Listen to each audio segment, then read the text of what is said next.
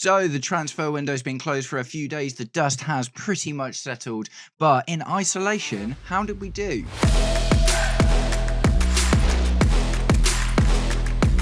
Welcome, Blue Believers, to another episode of the Stamford Sync, where we are syncing up with everything Chelsea FC. And what that means today is we are going to do a tier list, right? Because I'm not sure I've done one of these before, and I just wanted to try something a little bit different. So we are going to take every signing that we made this window and put them in a tier list. But guys, before we get into it, if you are enjoying the content and would like to see more, please do me the distinct honour of liking and sharing the video, subscribe to the channel, or just roast me in the comments. Whatever gets you through your day. Alright guys, so let's get into the tier list now. I'm only going to use 3 categories, and we're going to have green for great signing, yellow for has potential, and red for waste of money. So we're going to take a look at everyone that we brought in this window and put them in all these 3 categories, and I would love to know what you guys think in the comments. So if you agree with me, or more importantly you disagree with me, get in the comments and tell me why. Right, nice one guys, let's go. So we are going to start with João Pedro, and I would be surprised if anyone disagreed with me in this one, but I am going to put him in the great signing category. This kid, he's a kid, I guess he's 23, do you know what I mean? It's all getting a bit murky now with the ages, isn't it? But this guy's been a revelation, man. After 2 years of Nicholas Jackson flattering to deceive and missing chances, all of a sudden we've brought someone in through out of nowhere. Looks like he not only connects our attack together, but can just arrive and land and get goals, and he does everything, man. João Pedro is, I love this quote actually, he kind of refers to himself, or someone else referred to him as a number 9 with the mind of a number 10. He is great at dropping deep, drifting wide, linking up play, but man, can he score goals as well. More importantly, 2 goals from headers now, from corners, which is really, really important, because that's something we've been missing for ages. Think about all the times over the last few seasons that Chelsea have whipped in a cross or put in a corner, and there's been no one there. Occasionally Marc Cucurella jumps on it, but apart from that, there's been no one. So to see João Pedro getting these headed goals amongst tap-in finishes and long ranges, and you know, really just showing the breadth of how he can score, this guy looks amazing, and for me easily goes into great signing. Okay, next up we will have a look at Jamie Gittins, and for me he's going to go into has potential. Now, maybe when we bought him initially, I would have been a bit more inclined to put him into great signing because he looked really good and he'd had a reasonable couple of seasons out in Germany, but we've been there before, and having seen him on the pitch now, I think it's fair to say that has potential is where we have to put him.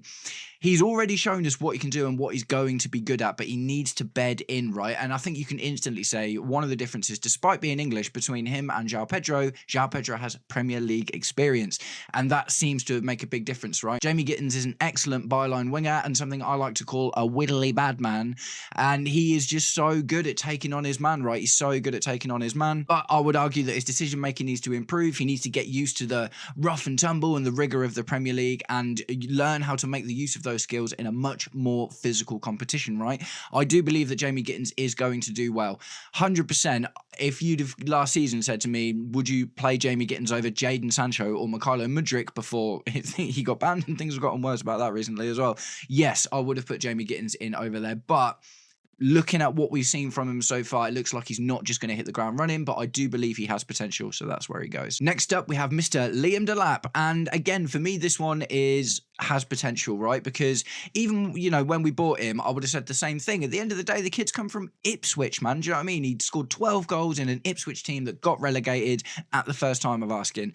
Ultimately, he's very young. He offers a very different kind of profile to what João Pedro does, and yes, he has scored a few goals for us, withstanding the injury, which is obviously really annoying, and he's going to have to come back pretty strong from that, but it might take a little while. Ultimately, Liam Delap was in this before the injury, and even after the few games that we've seen him play for us in the Club World Cup, the pre-season and the start of the Premier League season.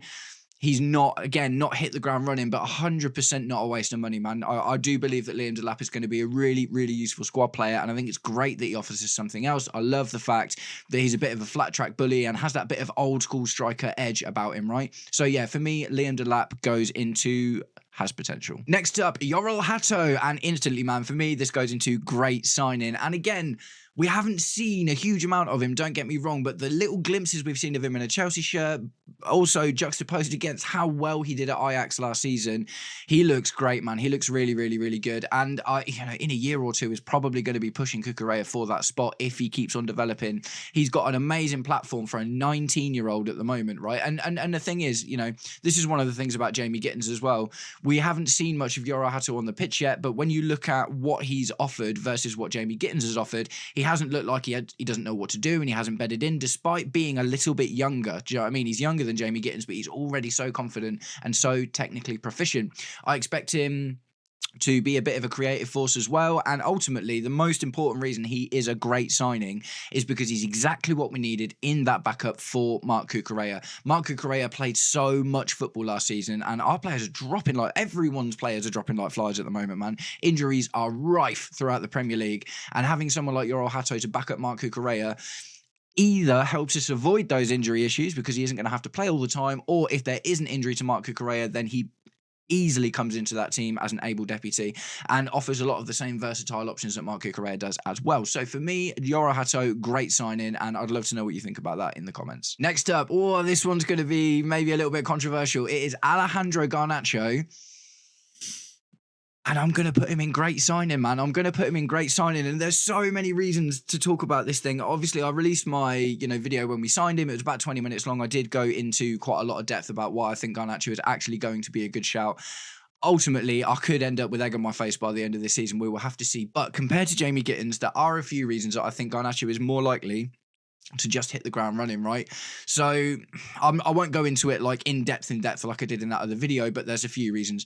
The first thing is the attitude thing. I don't think is going to be an issue for us. The attitude thing, a lot of it was sparked by his brother on social media initially when he was at United, and the rest of the attitude issues came in after he'd kind of been ousted from the squad by Ruben Amorim, right? Because he doesn't play people like Garnacho. He doesn't have that spot in his formation for that position. So that's one reason.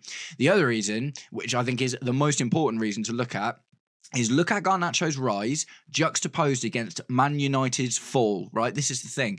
So Garnacho was inconsistent at 18, 19 years old, right? And he is still 1 year younger than Cole Palmer at the moment, which, Cole Palmer, we had nowhere near the expectation of Cole Palmer as he ended up being. Now, I'm not saying he'll end up being that good, but it's just an important thing to bear in mind.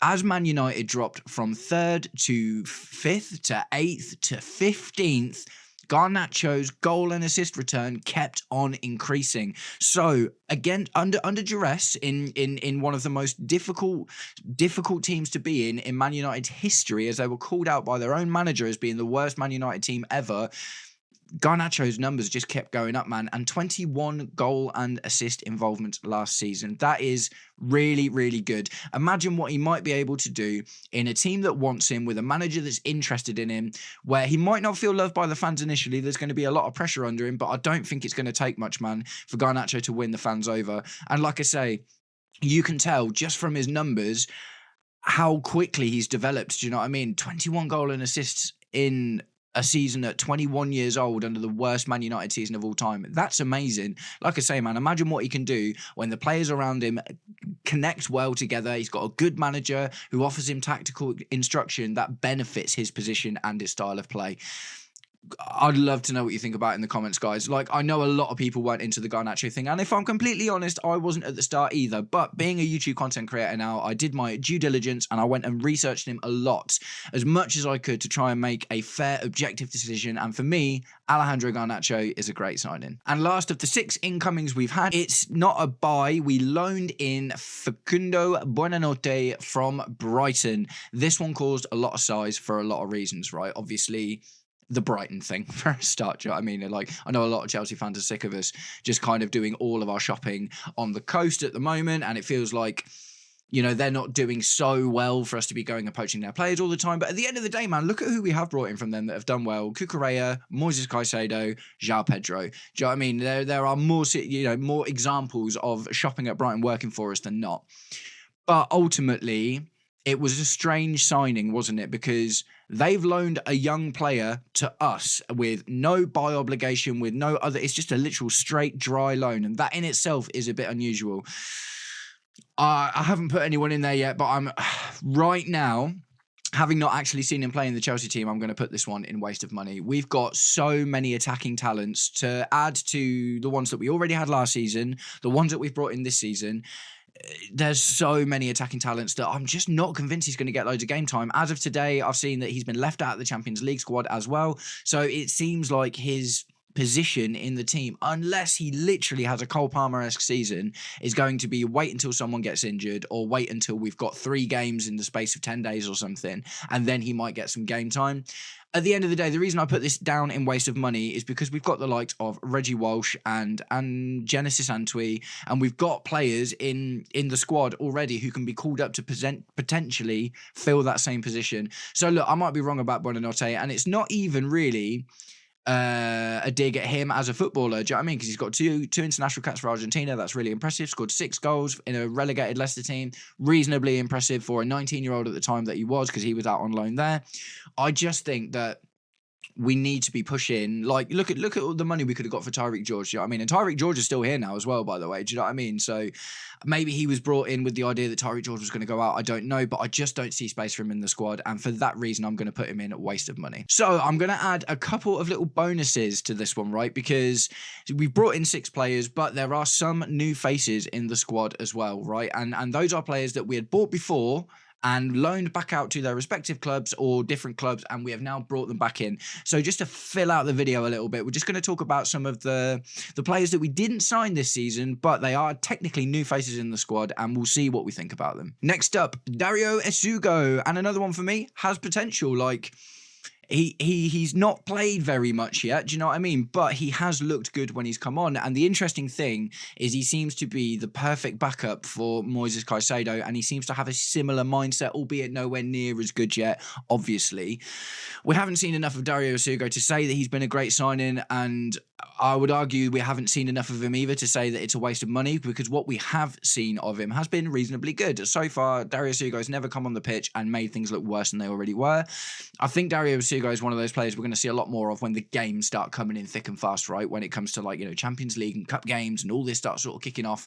Dario Esugo, good signing, not very expensive, still very young. I reckon there's lots to come from him. And, you know, especially looking at Romeo Lavia's injury issues, having someone like him to back up Moises Caicedo is going to be really, really useful. So for me, has potential. Right, next up is Andre Santos. So Andre Santos is probably the most bizarre one on this list, because he's been with us for like nearly 3 years now. We bought this kid nearly 3 years ago, and he had a tumultuous time getting to where he's got. But for me, he's really, really proved something. I'm going to put him in great signing rather than has potential, because I think that more so than any of these other players, he's got the prerequisite experience now that is really going to add to the team. So if we look at his kind of career, right, like we bought him at a really young age, like 18, 19, something like that. We sent him on loan to Nottingham Forest, and he didn't play well, he played a tiny bit, but not enough. And we obviously ended up recalling him, right?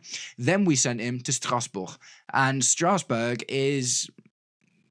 it's one of those at the moment, man. It's like, I really like sending players over there, but I do worry about their club's culture being kind of a little bit cannibalized by Chelsea. But at the same time, as far as Santos goes, it was a great move for us, and it was a great move for them, because he went out there, scored loads of goals, was captain in their team, really developed as a player, and he's got so many skills now that he's a very versatile player too, man. He can play as a 6, he can play as an 8, he can really just screen the back line as a defensive midfielder, as we saw in the Club World Cup when Caicedo was out for that game.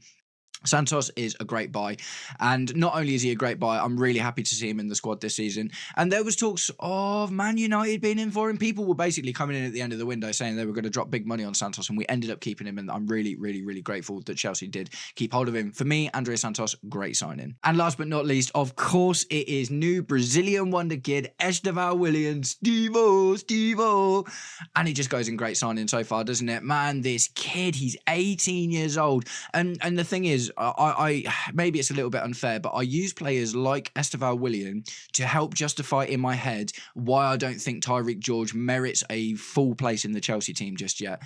They're very different careers, do you know what I mean? But at the end of the day, the thing we're looking for is end result, right? End product and ability to play in the team. Tyreek George still needs to develop a lot. Esteval Willian has been playing professional football since he was 16. He's been breaking records. He's getting call-ups to the Brazil national team by Carlo Ancelotti, which is absolutely unbelievable. Like, this is crazy. We've seen sparks of magic from him already.